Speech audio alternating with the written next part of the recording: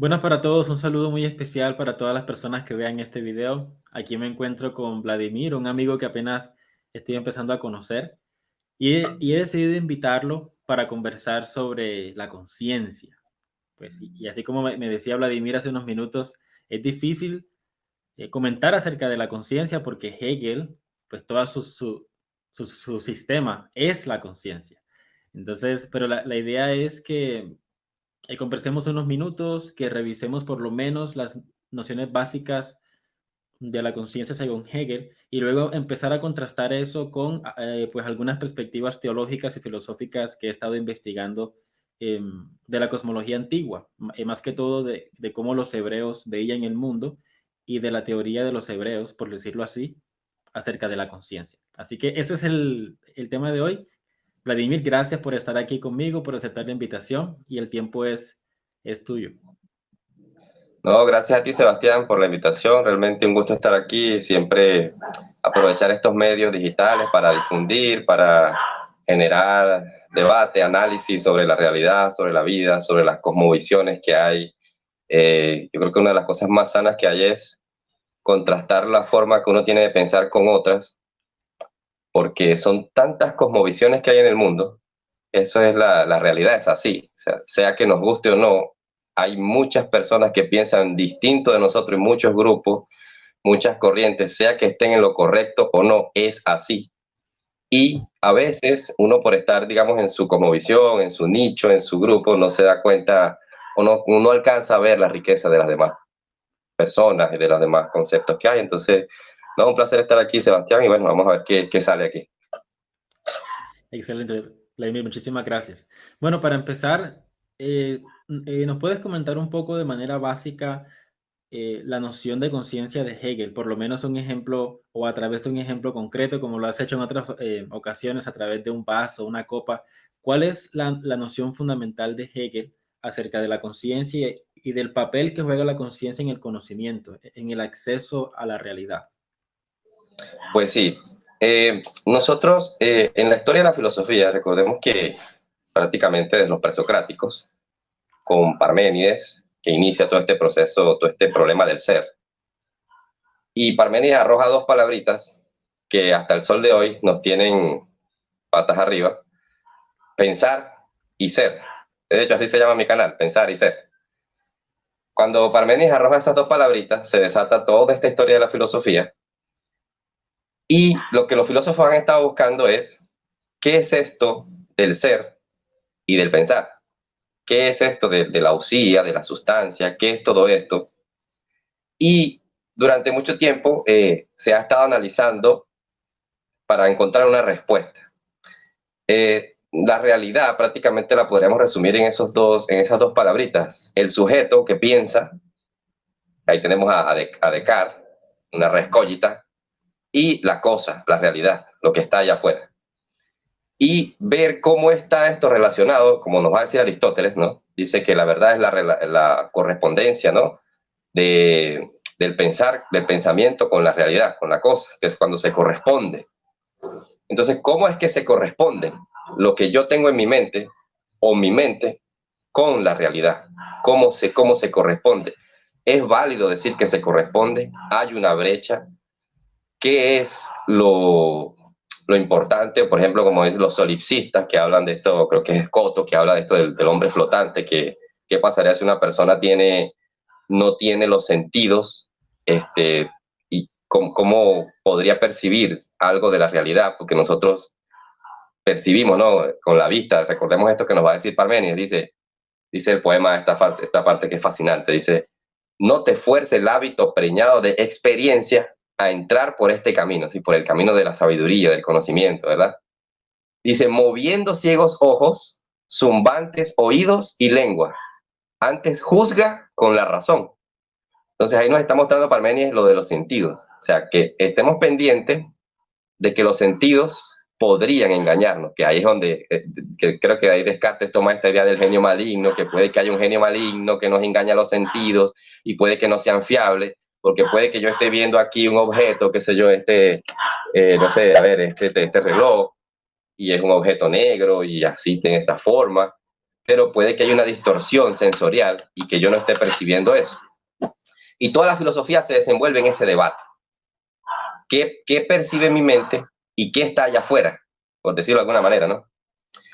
Entonces, la propuesta de Hegel, en vez, o sea, lo que ocurría es que unos miraban, se enfocaban en el pensamiento, podríamos llamarlo el alma, la mente, el espíritu, la razón, esa cosa que va a decir que lo va a poner Descartes como una res cogita, que dice Descartes, hay una sustancia, soy una cosa que piensa, está ahí, y lo que está afuera. Unos se enfocaban en la mente y otros en la realidad, en lo que está afuera, en la realidad de las cosas que están ahí. ¿Qué va a decir Hegel? ¿Cuál es la propuesta general de Hegel en todo esto? Hegel lo que va a decir es, ¿por qué en vez de mirar el sujeto que piensa o la conciencia, lo que nosotros tenemos como mi mente, mi yo, mi sustancia que piensa, ¿por qué en vez de mirar eso y en vez de mirar la cosa que está allá afuera, la realidad, ¿por qué en vez de mirar eso no miramos la relación? ¿Sí? O sea, ¿qué es lo que propone Hegel? Hegel dice, no mires ni lo que está afuera, ni el concepto que tienes en la mente, sino la relación. Y dice Hegel que esa relación es lo que funda todas las cosas. Y esa relación, ese relacionismo, es lo que yo podría decir, lo que tiene la primacía ontológica. O sea, lo que está sosteniendo toda la realidad son relaciones. Entonces, esto, como el ejemplo que yo hablaba con Jonathan, que yo le decía, cuando tú tienes, por ejemplo, dos realidades, por ejemplo, lo externo y lo interno. Por ejemplo, si yo te digo, las llaves se quedaron dentro del carro, eso tú lo entiendes, tú sabes qué significa eso. Pero la única forma de que tú sepas qué significa eso es con el exterior del carro. O sea, para que tú entiendas la noción de que las llaves están dentro del carro, tiene que existir el exterior del carro, porque si no existe el exterior del carro, tú no tienes noción de qué es el interior del carro. Entonces tú dices, bueno, entonces entre lo exterior y lo interior, lo que va a decir Hegel es que ni lo exterior ni lo interior son lo relevante, sino la mediación entre lo interno y lo externo es lo que fundamenta toda la realidad, y lo externo y lo interno son momentos de esa realidad. Y este devenir fluctúa en ese constante, entre los contrarios, este devenir fluctúa entre, como el ejemplo que daba, entre lo. Entonces, por eso es que Hegel toma este concepto de Spinoza. Recordemos que para Hegel Spinoza es muy importante. Y Spinoza tiene esta frase de omnis determinatio negatio es. Toda determinación es negación. ¿Por qué? Porque cada vez que yo observo algo, describo algo, pienso en algo, la única forma de yo percibir eso es negando lo otro. Por ejemplo, la única forma de que yo sepa que es un reloj, este reloj, la única forma de que yo digo, esto es un reloj, esto es, y a mí nadie me va a quitar que esto no es un reloj. Este reloj, en mi mente se genera una noción de reloj por las otras negaciones que automáticamente mi mente está haciendo. O sea, mi mente está negando, está observando la mano, la hora, el día, el momento, el color. Todas esas cosas están conformando en un momento instantáneo lo que es el reloj. O sea, para yo dar una descripción, una determinación de algo, mi mente piensa en lo otro. O sea, por eso es que Hegel ataca los principios de la lógica. Yo voy a hacer un video al respecto. Cuando dice A, tú dices A es igual a A. El ser es el famoso principio de la lógica. A es A. Entonces, ¿qué te va a decir Hegel? No, sí, pero date cuenta de algo. Cuando tú dices A, automáticamente está diciendo que A es no B, no C, no D, no I. ¿Y qué es A? Yo digo, ¿qué es A? Bueno, A es una letra que está, bueno, que tiene cierta forma, que tiene cierto sonido. Tu mente está comparando todas esas formas para poder determinar A. Eso es lo que quería decir Spinoza. Toda determinación es negación. Cada vez que tú determinas algo, cada vez que tú dices A, tu mente está tomando todas esas otras nociones, todo ese universo de relaciones para conocer A. de manera tal que si eliminas todas las cosas, por ejemplo, si no existiera, si solamente existiera la letra A y no existiera la B, la C, la D, la H, si no existieran todas esas letras, tú no sabrías qué es A. Si no existiera el sonido de la O, tú no podrías comparar la fonética de la A con la O. Entonces, ¿qué es lo que se da cuenta Hegel? Que todas esas relaciones son las que tienen la primacía ontológica. Entonces Hegel viene y corrige a Spinoza y le dice, sí, Spinoza, tienes razón. Cuando tú dices toda determinación es negación, eso es correcto, pero a esa negación le hace falta una doble negación. ¿Qué quiere decir? Que cuando tú miras A te lleva a no A, y ese no A te vuelve a llevar a. Entonces, ¿qué hay? Hay una fluctuación. Cuando tú miras, cuando el ejemplo que te daba el carro, cuando tú miras el interior del carro, tu mente automáticamente mira el exterior, pero el exterior automáticamente hay como una fluctuación. Y ese devenir, por eso es que Hegel, ¿cómo comienza la ciencia de la lógica? El ser y la nada. ¿Qué te va a decir Hegel? El ser que es indeterminado, inmediato, nada, la nada pura, puro, vacío, intuir. Entonces dice Hegel, no mires ni el ser ni la nada, sino la relación, el devenir que fluctúa incesantemente, y toda la realidad es así. Toda la realidad está en esa fluctuación. Entonces, como nosotros lo que estamos buscando es, así inicia el prólogo de la fenomenología, cuando dice, es necesario que la sustancia sea entendida también como sujeto, la sustancia, que lo toma esto de Spinoza y de toda esta tradición, la usía, que es esa sustancia, eso que está allá afuera, que Descartes se acerca bastante cuando dice, hay una res extensa, pero Descartes separa la res extensa de la res cogita. ¿Qué va a decir Hegel? No mires ni la res extensa ni la res cogita, sino la relación entre ambas, y esta relación es lo verdadero, es la realidad de todas las realidades, es lo fundamental de todo. Por eso es que va a decir Hegel, hay una parte que dice, el todo brilla en todas las partes, porque cada vez que tú intentas percibir una sustancia, seas como sujeto, o sea, percibir una cosa, siempre va a haber una relación de por medio. Y nosotros en la práctica, que le decía yo a Jonathan, nosotros en la práctica actuamos como aristotélicos, vivimos así. Nosotros pensamos en las cosas, las determinamos. Pero a nivel metafísico, la relación, según Hegel, tiene la primacía, porque nosotros decimos una relación fundamental, por ejemplo, el cuaderno y el lapicero. Uno los relaciona porque el lapicero sirve para escribir en el cuaderno. Entonces uno piensa que primero existe el cuaderno y el lapicero, y luego la relación entre ambos, que estaba hablando con Jonathan para ver si hacía una charla. Él tuvo una charla con el doctor Alberto Vuela, muy interesante, y donde el doctor Alberto Vuela hablaba de una de las categorías de Aristóteles, donde habla de la relación, no me acuerdo cómo que se dice en el griego, y hablaba de la sombra de un ente. Bueno, Hegel, ¿qué te va a decir? Que no es la sombra de un ente, es la primacía ontológica, es lo fundamental del ente. Y esto Hegel lo aplica a toda la realidad. Entonces, ante el pensamiento, Hegel lo que te va a decir es el pensamiento está siendo conformado por la realidad, y el pensamiento también está conformando la realidad, donde esa conformación, esa relación es lo que fundamenta las dos cosas. Por eso es que en el poema de Parménides se dice que se tradujo, dice, es lo mismo pensar y ser. Hay una parte del poema que tradicionalmente se ha traducido así, pero varios especialistas dicen que esa traducción está mal, que lo que dice el poema no es que es lo mismo pensar y ser, sino que que hay lo mismo para el pensar y para el ser, que eso que está ahí en el medio, esa relación, es lo fundamental, es lo que hay, es lo verdadero, es lo que tiene la primacía ontológica, lo que funda tanto lo real como externo, y mi mente. Y entre mi mente y la realidad está ese devenir, esa relación, y así se está conformando todas las cosas. Entonces, más o menos, a grosso modo, esa es la propuesta de Hegel, ese relacionismo, y darnos cuenta de que nosotros, como seres humanos, porque, por ejemplo, yo te pregunto, ¿tú quién eres? Bueno, tú dices, yo soy yo, pero ¿qué eres tú? Porque yo es cualquier cosa. Yo digo, yo soy yo, porque yo quiero ser, y yo soy fistiano y cartesiano, y yo digo que yo soy yo, y a mí nadie me quita que yo soy yo. Bueno, pero ¿qué eres tú? Bueno, tú me empiezas a decir, yo soy un ser humano, que me llamo tal, que soy hijo de tal persona, que estudié tal cosa. Para tú describirte a ti como cosa, como sustancia, tienes que acudir a un montón de cosas para que te puedan decir qué eres tú.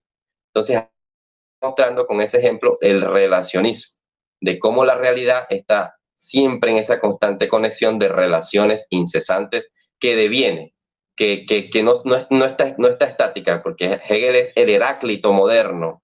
Hegel es ese Heráclito que dice, Panta rey, todo está fluyendo, todo está deviniendo, que cada vez que tú intentas sustancializar algo, tomarlo, atraparlo, como determinarlo como algo quieto, estático, por sí mismo, un en y para sí, se te desvanece de las manos, se te pierde. Por lo mismo que te estoy mostrando, porque las relaciones están constantemente, están en el corazón, en el fundamento de la realidad. Eso es, a mi parecer, lo que está queriendo decir Hegel en su tesis. Ok, Vladimir, bueno, muchísimas gracias. Extremadamente fascinante lo que me compartes. Y bueno, la idea mía es ahora empezar a contrastar. Me gustaría empezar por las cosas que encuentro en común, porque es que Hegel, por más que sea un pensador, como decías, pues el siglo pasado, pues él toma mucho, cierto, de Heráclito, él toma mucho, él recoge los grandes problemas que siempre han habido en la filosofía. Y por lo Sí. tanto, Hegel es, no, ajá, Hegel toma, o sea, Hegel es, él agarra y arrasa con, o sea, no arrasa, digo, toma todas las corrientes, sí, todo hasta el día de, hasta él, de hecho, cuando uno lee la ciencia de la lógica, Hegel habla de lo presocrático, de Platón, de Aristóteles, de Parménides, de Anaxágoras, de todos los filósofos, de Spinoza, de Leibniz, a todo el mundo le da su, digamos, su parte, o sea, como que le da su parte y le quita también, le da su golpe. sí, sí. Y es impresionante, realmente es bastante universal en muchas cosas. Excelente. Bueno, entonces, y es por eso que para mí Hegel es una figura como tan importante de por lo menos dialogar con él. Pues así como decías, estamos en tiempos bastante difíciles en todos los niveles, y creo que ahora más que nunca es necesario salir de las trincheras y entrar en diálogo con aquello que es diferente a mí para ver qué podemos hacer en estos tiempos tan turbios, ¿no? Y Hegel, como ese pensador difícil para muchos filósofos, pero él Sí. recoge todo el pensamiento. Entonces, él se convierte como una especie de canal, de punto de encuentro de muchas cosas para yo obligarme a dialogar con aquello con lo que quizás no estoy de acuerdo. Entonces, yo veo mucha virtud en dialogar con Hegel de manera abierta y honesta. Entonces, bueno, para empezar,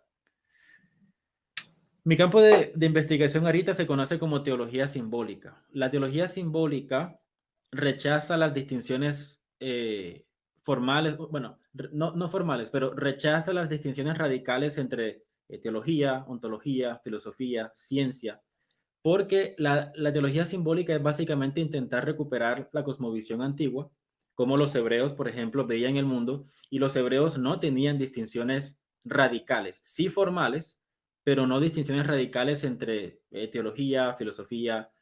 O sea, su forma de ver el mundo era un solo compendio, no una masa caótica, pero sí algo muy coherente, muy como que se reducía a ciertos símbolos y a partir de esos símbolos ellos interpretaban toda la realidad. Entonces, uno de los temas claves en la cosmovisión hebrea era la relación entre Dios y el hombre.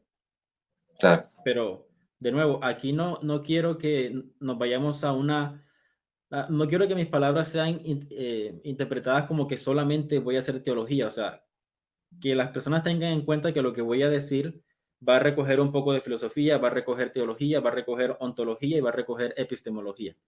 Entonces, la relación entre Dios y el hombre.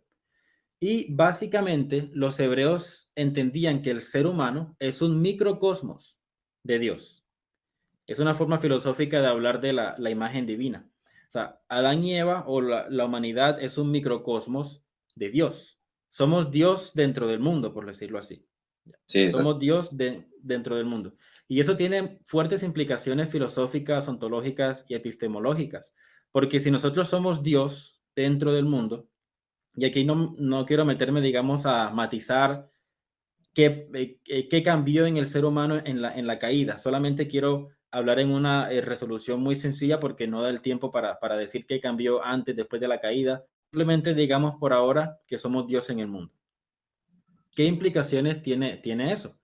Bueno, quiere decir que nosotros participamos en la creación, o sea, nosotros somos co-creadores. Y allí ya empezamos a ver una similitud con lo que dice Hegel, porque Hegel habla de que bueno, el pensar se conforma con la realidad, pero la realidad también es conformada por el pensar y la primacía está en la relación. Ah, Bueno, los hebreos van a decir, y te pongo un ejemplo concreto, que puede parecer raro por la forma como se ha interpretado, pero que es muy, muy claro cuando lo empezamos a ver así. La primera tarea que Dios le da a Adán es nombrar a los animales. Y eso hay que, o sea, eso hay que interpretarlo de la manera más profunda, porque muchas veces cuando se intenta pues hacer una película o un dibujo animado de eso, no, eso es muy no, profundo, ¿eh? sí, Esos relatos son muy profundos, ¿eh? No, no son tontos. exacto, no para nada. Entonces, por ejemplo, cuando Dios le dice a Adán, nombra a los animales, eso quiere decir que Dios pone a la humanidad en la tierra no es un trabajo completado, o sea, Dios los pone para que continúen el trabajo creativo. Entonces, ya es como que Adán y Eva o la humanidad es puesta en el mundo y enfrentan un mundo que es en primera instancia enigmático. O sea, Dios los pone como en medio de la oscuridad fenoménica, algo así.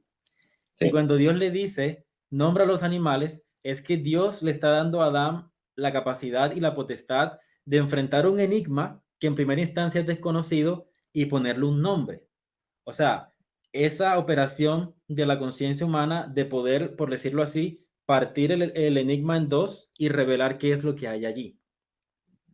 Ahora, aquí viene lo importante, y esta es la razón por la que la cosmovisión hebrea junta las categorías, junta, por ejemplo, los objetos formales de Aristóteles, pero también lo reconcilia un poco con el devenir de Hegel. Porque es que cuando Adán y Eva son puestos en el mundo, ellos en primera instancia ven un flujo fenoménico indiferenciado, que es lo que en la Biblia se conoce como el mar caótico, el mar oscuro. O sea, todo ellos bajo. parten, ajá, el tojo babujo, o sea, ellos parten de la noción de que en efecto el mundo no son una serie de cápsulas independientes. En primera instancia, el mundo se presenta a nosotros como un flujo fenoménico continuo. Sí. Y luego, De hecho, ajá, disculpa que te interrumpa, de hecho hay algunos estudios dicen que cuando el recién nacido, cuando nace así, cuando está así apenas recién que sale de la madre, él ve un montón de, o sea, el bebé, sí, él no sabe, tú le muestras, por ejemplo, un objeto y él no puede tener una noción de qué es eso. Él ve un montón de una por ráfaga de supuesto. sensaciones, colores, sonidos, por eso es que lloran tanto, y perciben, y es una ráfaga de sensaciones que ellos, la cabecita de ellos comienza a ordenar. De hecho, ¿cómo se llamó la fenomenología del espíritu? Yo por aquí le tengo. ¿Cómo se, yo aquí tengo mi libro favorito. ¿Cómo se llamó Sí. en un comienzo la fenomenología del espíritu? Hegel le puso ciencia de la experiencia de la conciencia. Así le Ahí puso Hegel al está. comienzo. Y luego le cambió el nombre a fenomenología del espíritu. A Hegel le gusta, a los alemanes les gusta siempre molestar con las palabras. ¿Y por qué? Porque Hegel lo que está diciendo es cómo es que la conciencia percibe la realidad. Eso es lo que nos estamos, cómo es el proceso de la conciencia hasta que la conciencia se da cuenta de que no es una cosa ahí metida. Lo que pasa es que con Descartes nosotros comenzamos a percibir la conciencia como algo enfrascado, como algo metido en una botella, Sí, como que mi sí, alma, una cosa ahí metida y mi cuerpo es una especie de envase en el que está metida mi mente. No. ¿Qué te va a decir Hegel? no, No, no, no, no. Que esto lo retoma un poco Heidegger cuando dice estamos arrojados en el mundo, estamos afuera. Que Hegel te va a decir, no, es que tu conciencia no está ahí pegada, tu conciencia está mediando. Y yo no sé si el último video que yo saqué sobre el esto, el aquí y el ahora, no sé si lo viste, que es de 15 minutos, sí está ahí lo en vi. mi canal. ¿Cómo te das cuenta? Cómo la conciencia está mediando en la realidad. Y la realidad en la conciencia no es una cosa ahí. Entonces, ese relato del Génesis, eso es brutal porque ahí en el relato nos está contando de que Adán viene y le pone nombre. Y esto se va a llamar perro, esto se va a llamar vaca. ¿Y qué pasa? ¿Qué nos está mostrando? Que en el sujeto, en el hombre, están categorías, hay cosas que están determinando la realidad, que están configurando, por decirlo de alguna manera, esas cosas, porque, por ejemplo, yo doy este ejemplo. Nosotros hoy todos tenemos smartphones, todos tenemos los celulares, y todos los seres humanos sabemos qué es un celular. Vos agarras una mosca y la paras sobre un celular, y la mosca no tiene noción de qué es eso. La mosca está parada sobre una cosa sólida, ella percibirá algo sólido, ciertas luces, pero su mente no sabe qué es un celular, porque el celular, el concepto celular, tiene tantas relaciones que hemos configurado ya mentalmente, que es la que nos permiten saber qué es un celular. Y eso que cuando Dios pone a Adán en el jardín y le dice que nombre, dice, de hecho dice, para que lo puso en el jardín, para que lo labrara.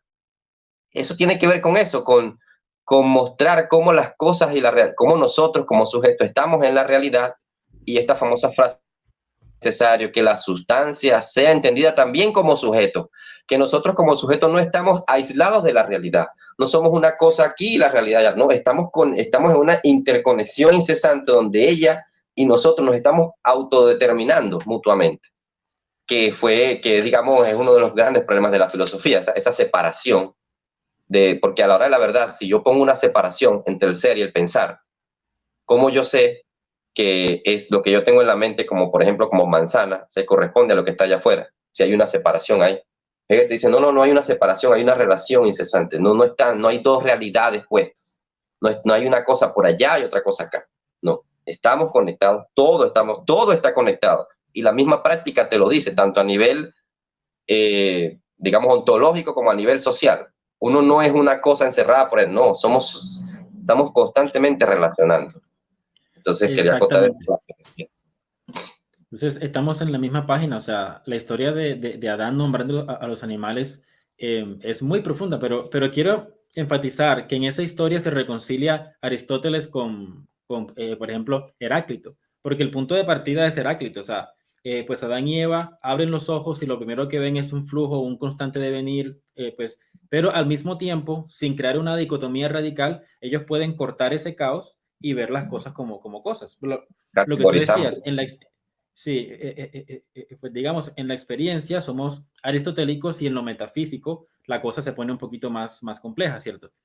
De hecho, en Entonces, ahí sí, la misma ciencia nos está mostrando hoy en día eso. Yo que no soy físico, pero en lo que alcanzo a entender en la física, nosotros con la física clásica newtoniana, uno dice, bueno, un punto A recorre a un punto B y se entiende, pero cuando ya van a la física cuántica y todos estos disparates, ya como que las leyes físicas no les funcionan igual. Uno intuye que en lo profundo de las partículas debería ser igual que en la práctica, en la realidad macro, o que nosotros experimentamos, pero no es así. O sea, los científicos nos dicen, no, en la cuántica es antiintuitiva, las cosas son antiintuitivas en muchos casos.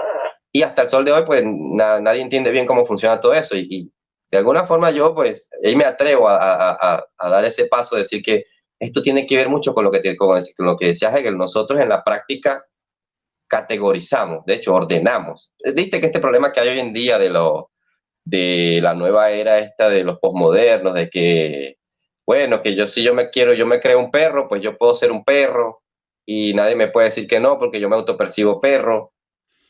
Hombre, en la práctica eso no funciona porque nosotros precisamente la noción perro es una categoría que hemos armado para ir organizando nuestra realidad en la que vivimos. Y claro, viste con todo claro. esto de la biología y que bueno, que el género, bueno, hay categorías que nosotros hemos ido estableciendo precisamente para organizar nuestra vida. Claro, lo que pasa es que uno no vive en la realidad, uno no va a comprar un pan en la tienda y le explica al panadero que en la física cuántica un objeto puede pasar de un lado a otro y cuando lo observan se comporta como una onda. Uno no vive así. Lo que pasa es que Por la supuesto. realidad profunda metafísica nos está mostrando algo que está ahí, que el realismo, lo que llamamos la filosofía, tengo varios amigos tomistas tienen que funciona, el tomismo funciona a nivel práctico, pero que tiene esos problemas que no se pueden meter debajo de la alfombra. Están ahí, y Hegel, por eso es que cuando yo hablo con varios amigos, dice, es que Hegel no te está rechazando tu idea, te está diciendo que eso es parte de la realidad.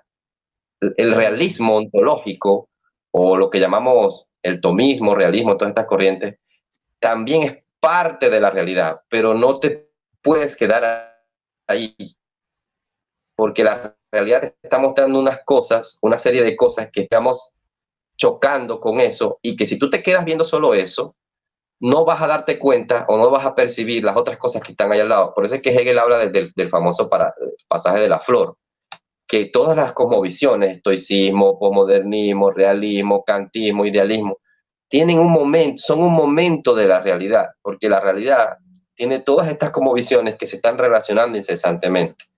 Entonces, es eso, pues, que en la práctica nosotros, yo por lo menos me parece inoperante ponerse a discutir esto de los géneros, de todo eso, pero es que a nivel metafísico el ser es lo que es, es igual, hermano, o sea, a nivel metafísico eso tiene problemas.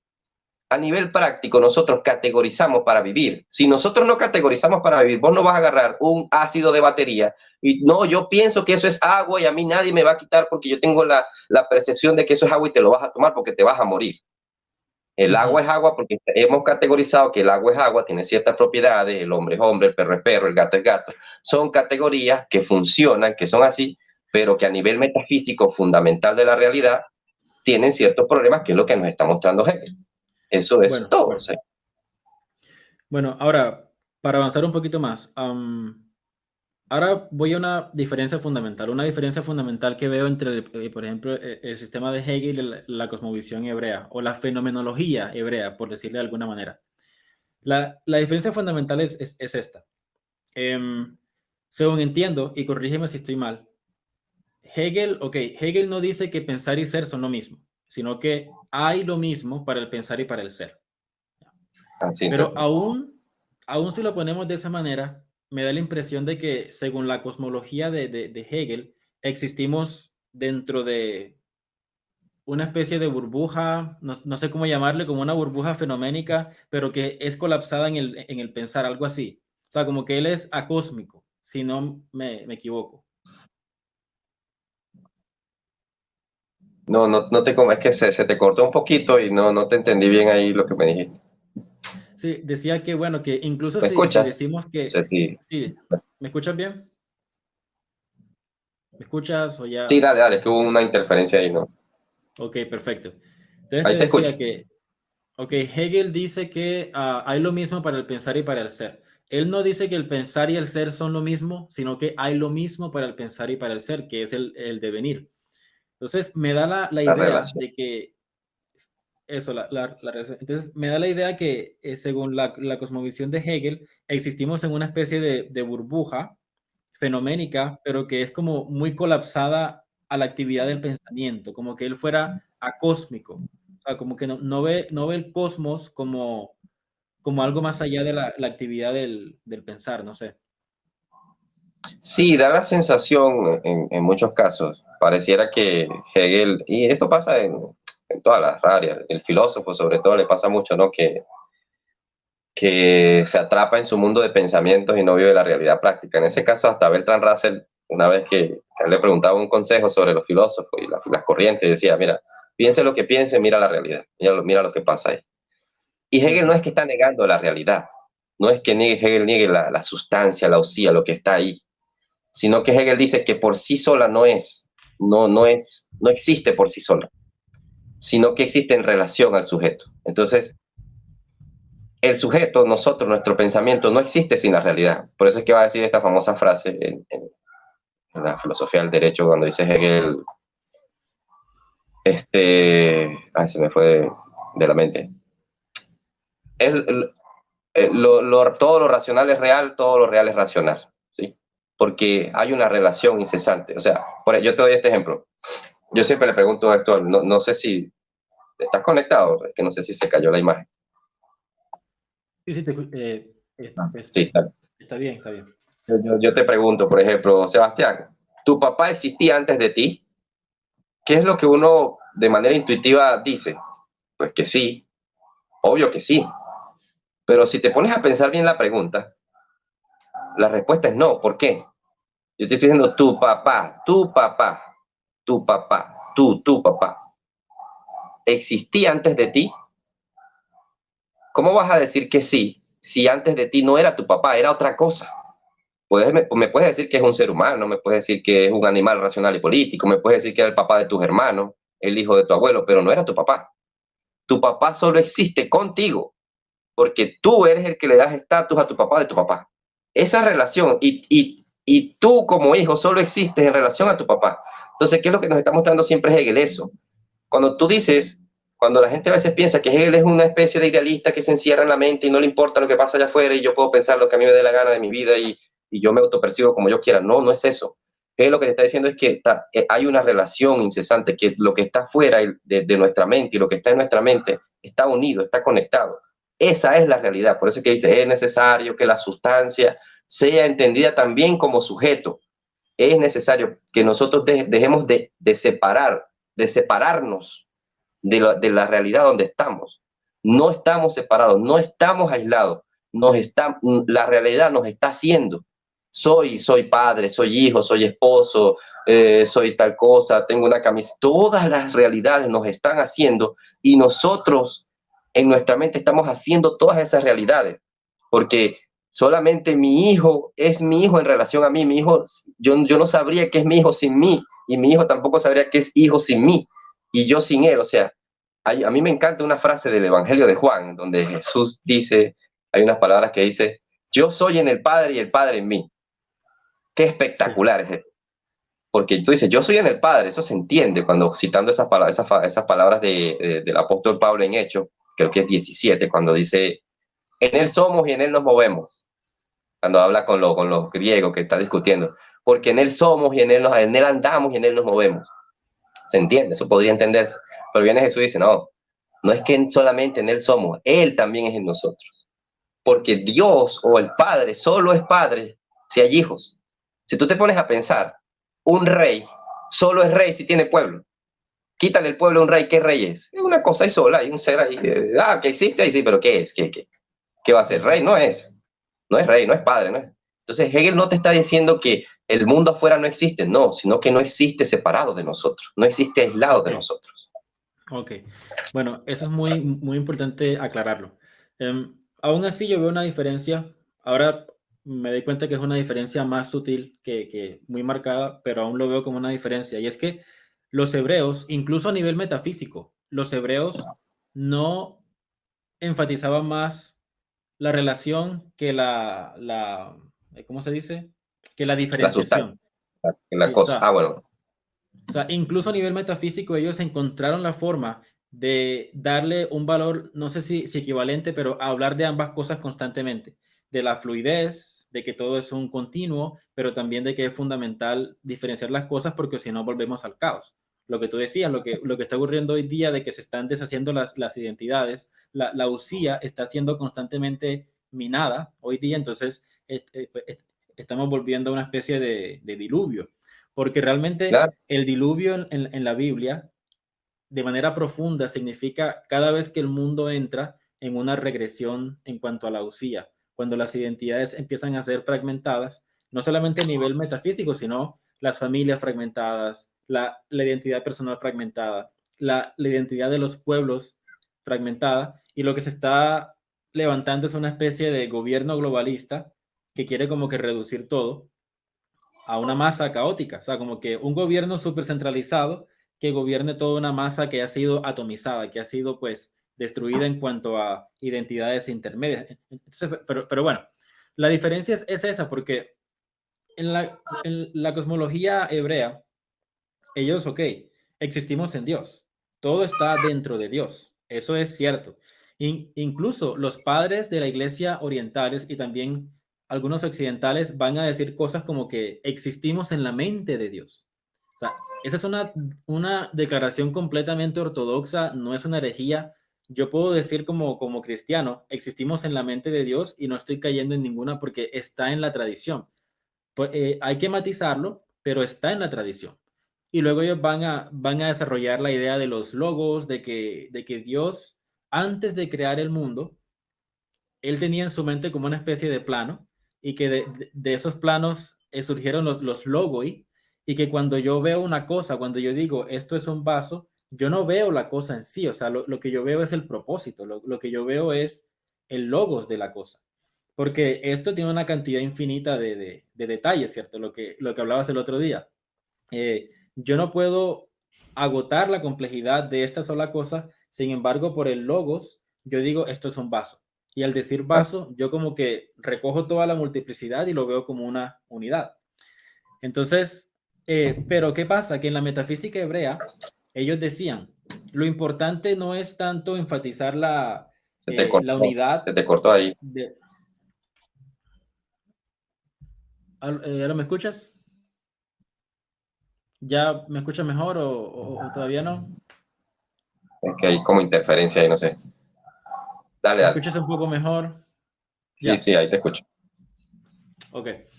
Entonces, básicamente la cosmovisión hebrea era el cielo y la tierra. Pero es que, o sea, Sí, yo me resisto a usar esas palabras porque la gente va a pensar que me refiero el cielo como a aquel lugar al que vamos cuando morimos para estar en las nubes para siempre y ver a un señor con barba blanca. O sea, no, o sea, eso es una caricatura de lo que es el cielo. El cielo y la tierra en la cosmología hebrea era la dualidad fundamental del conocimiento, era la dualidad fundamental que explicaba la realidad. Y el encuentro entre la tierra y el cielo es la base de la cosmología hebrea, entendiendo la tierra como ese tohu wabohu, un flujo fenoménico, es la realidad primaria con la que uno se encuentra, es la experiencia del bebé cuando sale del vientre de la madre, esa es la tierra sin el cielo. Es sí, doloroso, es sí. enigmático, da miedo, es frío, me amenaza. Y el cielo sin la tierra es algo así como la inteligibilidad incorpórea. Eso es el cielo según la cosmología hebrea. Es la inteligibilidad que es invisible, que justamente necesita de la tierra para materializarse, para expresarse. Entonces, en el encuentro entre la inteligibilidad invisible y el caos fenoménico existe el mundo. Esa es la cosmología hebrea. La ventaja de verlo así, Vladimir, es que es una metafísica que nunca me desconecta de la realidad. O sea, porque la Tierra es ese encuentro allá afuera que no se encapsula en mi pensar. La Tierra es mi experiencia concreta de la realidad y por lo tanto yo nunca cedo a la tentación de abstraerme en un sistema. Y de esa manera, incluso mi metafísica me lleva directamente a mi experiencia concreta de lo real. Porque yo estoy diciendo, no, mi metafísica es cielo y tierra, el cielo es inteligibilidad, la tierra es caos fenoménico, entonces no hay separación entre mi sistema metafísico y mi experiencia inmediata del mundo. No sé si me explico. Sí, sí, más o menos sí, sí, sí, te alcanzo a entender. Sí, es eso, o sea, es como te decía, Hegel está abarcando todas las cosmovisiones y dándonos a entender que todo tiene su momento y que lo que nosotros llamamos como mentira, malo,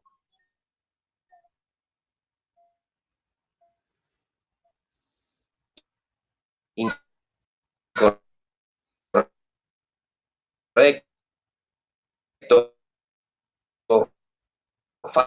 falso, Te perdí, Vladimir. en sí mismas. No te escucho muy bien. A nivel, podríamos decir, metafísico, ontológico, yo he querido hacer hace rato este video, yo voy a decir, lo saco mañana, no sé cuándo me dé tiempo, sobre los principios de la lógica, de cómo funcionan, sobre todo el principio de razón suficiente, de cómo funciona, viste que yo le digo a veces a la gente, sí funciona, pero hasta cierto punto, le digo, porque Ajá. funciona, el principio de razón suficiente funciona, te sirve, todo tiene una explicación, Leibniz, ¿no? Todo tiene una explicación, todo tiene una razón de ser, que luego va a decir Wittgenstein, ¿no? Que no, que de lo de hay cosas que de las que es mejor no hablar, pero los modernos dicen que no, que hay que hablar, de todo se puede hablar y de todo se puede explicar. Este afán que tenemos los seres humanos de explicar las cosas, ¿no? Como decía, yo cito mucho, hay un gran especialista en Hegel que se llama Félix Tuque, y él tiene un poeta, digamos, como su poeta favorito, y me gusta mucho esa idea cuando él dice Antonio Machado, el hombre es una bestia paradójica, un animal absurdo que necesita lógica, creó de nada un mundo y su forma terminada. Ya estoy en el secreto, dijo, todo es nada. ¿Qué nos está queriendo decir más el poeta con esto? Que nuestra lógica está mediando en la realidad. La realidad no se puede percibir sin el pensar. No podemos Ajá. percibir nada. Ningún objeto que tú pretendas tomar de la realidad se puede percibir aislado del pensamiento. No lo puedes hacer. y el pensamiento tampoco se puede percibir sin los objetos de la realidad. Es imposible. Entonces, yo realmente, una de las cosas que yo sí veo hoy como problema es ese posmodernismo en que nada importa, nada vale y todo vale, y no, es que todo tiene una ubicación. Lo que tú decías, organizamos, los seres humanos organizamos, categorizamos, hacemos, de hecho, las categorías de Aristóteles, ¿cómo es que? La posición, el lugar, la forma, el tiempo, el espacio, todas son cosas que nos sirven para vivir en nuestra realidad. Entonces, incluso hay algo muy bonito de Hegel, hay una frase que dice en cuanto a la religión, porque Hegel se enfrenta mucho a este problema de la religión, de que en el momento de él, de cuando él estaba y todo esto de la ilustración, había un desprecio a la religión. Y pareciera que hay una especie de lucha incesante entre la religión y la razón. Como que, o religión o razón. Va a decir que no, es que ni el uno ni el otro. Ambos, ahí vuelve otra vez la relación. Hay una parte Sí, que dice Hegel, toda fe requiere un razonamiento. Y todo razonamiento requiere por lo menos un momento de fe. Entonces, Hegel está mostrándonos todo, y Dios, el tema de Dios en Hegel es súper complejo, ¿no? De cómo Dios, esa descripción de Jesús, no, yo soy en el Padre en mí, de cómo nosotros estamos en Dios, Dios en nosotros, y todo este mundo, toda esta realidad es la que se nos está presentando en este devenir. Entonces, digamos, esa es la visión filosófica, más o menos, que yo entiendo de lo que Hegel quiere exponer, ¿no? claro, claro. Hay pareciera, ¿no? Que hay un choque ahí cuando yo te digo que para Hegel primero es la relación que la cosa. Me doy cuenta que muchas veces para el realismo, no, para el realismo primero es la cosa y luego la relación. O sea, ahí hay un choque. Hegel ahí se encarga de, entre comillas, vamos a decir, de mostrar o de exponer cómo es que él dice que no es así. Pero bueno, ya esos son temas que no vamos a resolver así en un video. Sí, sí, claro. No, y mi comentario para cerrar, y muchísimas gracias, Vladimir, por el tiempo. Mi comentario es ese, que, o sea, para allá iba. Cuando yo hablaba del cielo y de la tierra según la cosmología hebrea, y el cielo como inteligibilidad invisible y la tierra como flujo fenoménico, es justamente eso, que el ser humano existe en la mitad. Y si el ser humano existe en la mitad, eso quiere decir que no se puede desconectar, por ejemplo, la conciencia humana de la existencia del mundo. ¿Por qué? Porque es que el mundo justamente existe por un encuentro entre la inteligibilidad y el fenómeno, y nosotros estamos en la mitad de ese proceso. Entonces, como nosotros estamos en la mitad de ese proceso, es por eso que no se puede desconectar radicalmente el pensar del ser, porque nosotros estamos, como decía, somos imagen de Dios, somos un microcosmos de Dios, somos Dios en el mundo, somos la mente divina dentro de la creación, y por tanto participamos en el proceso del conocimiento de manera fundamental, de manera constante. O sea, así es como la realidad existe, así es como todo existe. Pensar y ser no son lo mismo, pero están inherentes, incluso ontológicamente conectados. O sea, pienso yo. Entonces, fíjate cómo incluso en la misma, en la misma cosmología hebrea, ya ellos entendían, no es que pensar y ser, el mundo como se me presenta y la operación de la conciencia para entender el mundo es un constante proceso que no se puede acabar. Y bueno, de nuevo, Hegel dirá, la relación es lo más importante. Los realistas reaccionan y dicen, el objeto es más importante. ¿Qué dice, por ejemplo, la cosmología hebrea? Ambas cosas coexisten, ambas cosas son pues igualmente necesarias. Y de hecho, uno de los temas centrales en toda la Biblia, en un sentido filosófico, ontológico, es justamente cómo reconciliar unidad y multiplicidad. Ese es uno de los temas fundamentales. Y lo puedes ver, por ejemplo, en la historia de la caída del ser humano, que tienes el árbol de la vida, y cuando entra el pecado tienes la introducción de la dualidad, el árbol del conocimiento del bien y del mal. Entonces, lo puedes ver, o sea, puedes ver la caída como el ser humano perdiendo ese equilibrio entre unidad y multiplicidad y cayendo en un mundo dual.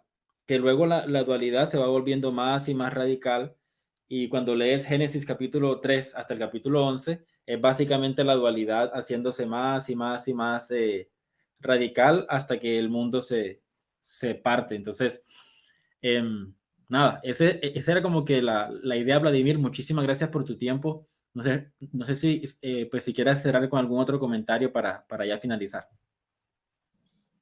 No, nada, no, gracias a ti por la charla. Bueno, usar, como te digo, estos canales de difusión y porque cuando hay un mal muy grande en los seres humanos y es que solemos crearnos mundos privados. Sí, Decía alguien, en mi intimidad he visto cosas muy claras que no son verdad. Y cuando nosotros salimos con este valor, como tú, como hacen todas las personas que difunden sus pensamientos, su cosmovisión, su teología, su filosofía, lo exponemos y nos estamos exponiendo a mostrar qué pensamos. Cuando uno muestra esas cosas, uno se conoce mejor y conoce lo que otro piensa y se alimenta más. ¿no? Y bueno, ahí podemos seguir haciendo nosotras charlas. Si te interesa, por ejemplo, escoger un versículo bíblico que quieras explorar desde lo filosófico y lo ontológico, sería para mí un placer hacer más conversaciones, conectar textos bíblicos con... Es que mi interés ahorita es romper las divisiones radicales entre teología, ontología, epistemología. Yo estoy queriendo regresar a una lectura de la Biblia como hacían los ontólogos, que los ontólogos veían el mundo como un todo, no hacían estas diferencias súper radicales entre diferentes estadios del conocimiento. Ellos sí distinguían, pero siempre dentro de un todo coherente. Entonces, ese es mi campo de investigación. Así que bueno, Oh, Vladimir, muy bien. Genial, genial, genial el trabajo que estás haciendo. Muy bueno. dale. Gracias por ti, por tu gran trabajo, por tu tiempo y tu exposición, que fue muy clara y fue de mucha utilidad. Y esperemos que los que vean este video se lleven algo y que la dualidad no sea afianzada luego de ver este video. Vale, gracias. Hasta luego, Vladimir, un abrazo. Hasta la próxima. Igual.